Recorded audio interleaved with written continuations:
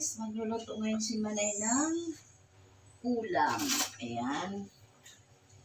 Ito guys, mainit na kasi pinatay ko muna yung apoy niya. Lalagay na tayo ng bawang, sibuyas.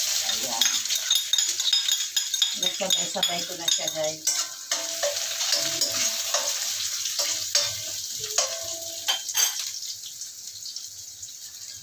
Ayan, lumabas na yung aroma ng ating guys. Ayan. Ng aroma ng bawang sibuyas. Yung aromatic. Ilagay natin to guys na baboy. Ito yung pinalambot ko kahapon guys. Ayan o. Medyo may to eh. Malambot na kasi to guys eh. Napasama pa yung sabaw. Medyo lutuin pa natin ng konti itong kasi yung ubos ko na to guys na baboy. Yung kalahati kasi na to guys, sinalo ko sa alamang na sariwa. Tapos ito na siya guys. Sama na natin yung sabaw.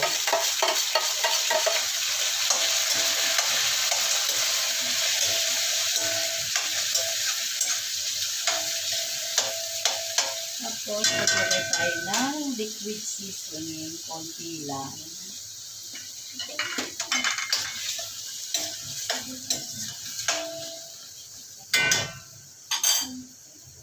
Ating paminta.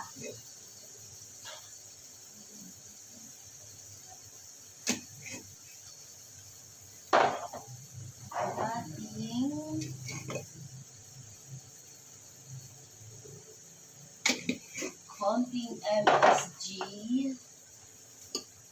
konting rock salt. Ayan.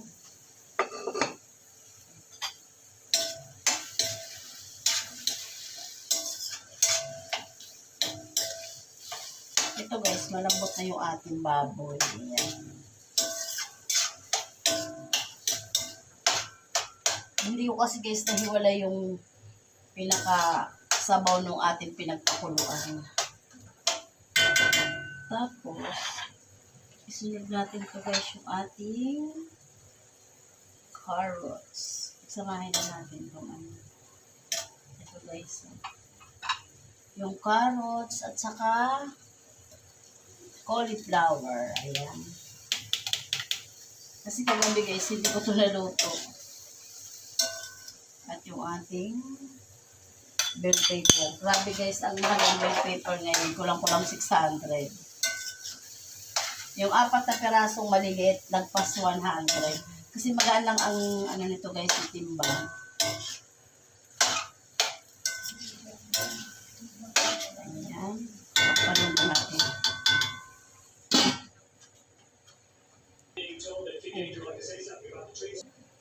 Ito guys, ang bango.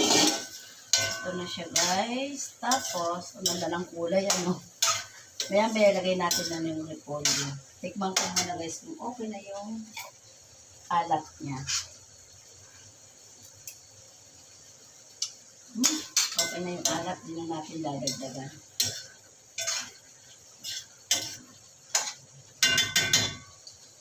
Naglagay ako guys ng konting-konting asukal. At gusto ko lang siya may konting tamis. Nakuha tayo ng kutsara. Ito guys.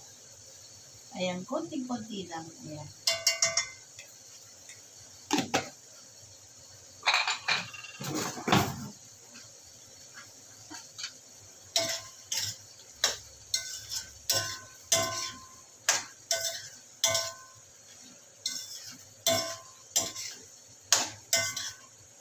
Ito tayo ng paminta. Ito na natin guys ng paminta.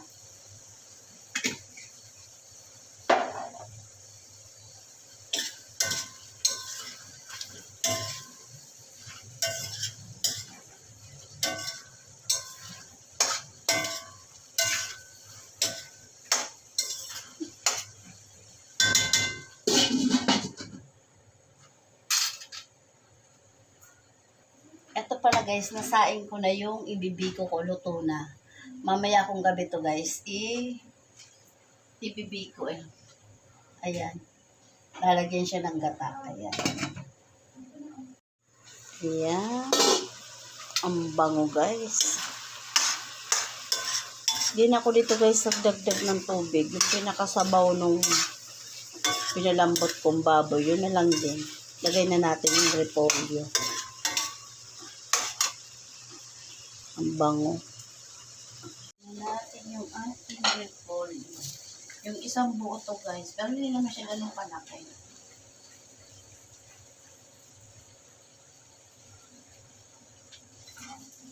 Oops. Sayang nalaglag.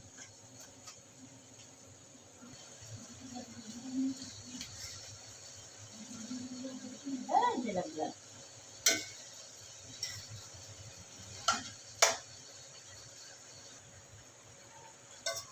Takpan muna natin guys. Para hindi naman yung ating gulay.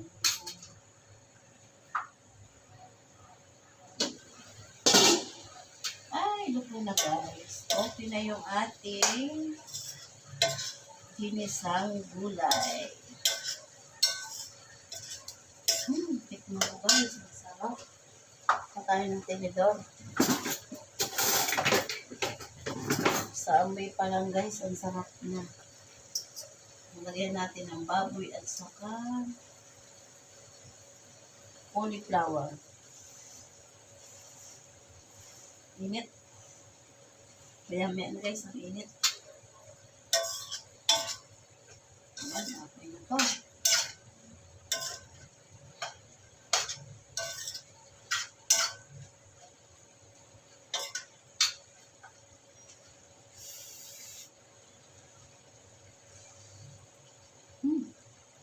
Sarap.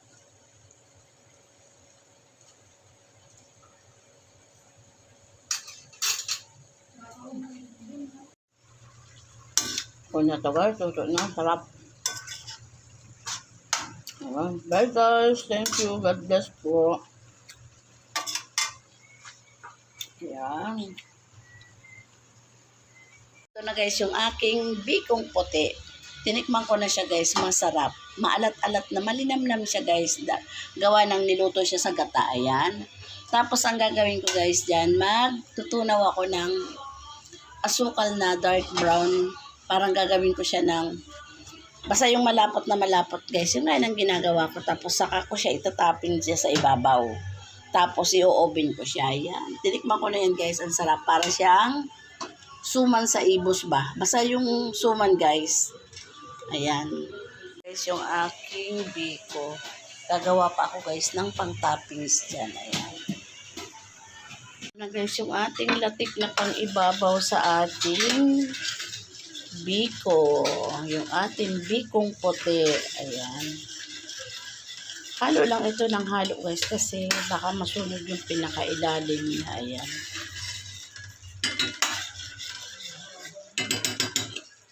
Ito hindi pa yan guys. Pag yung lapot na siya, pwede na siyang ilagay natin doon sa ating biko. Guys, okay na yung ating latik. Itatapping sa natin yan sa ating biko. Ayan. Ito guys, nilagyan ko pa rin to ng konting asin lang. Ayan, patayin na naman na yung apoy. Tapos, ayan guys, ilalagay ko yan dyan.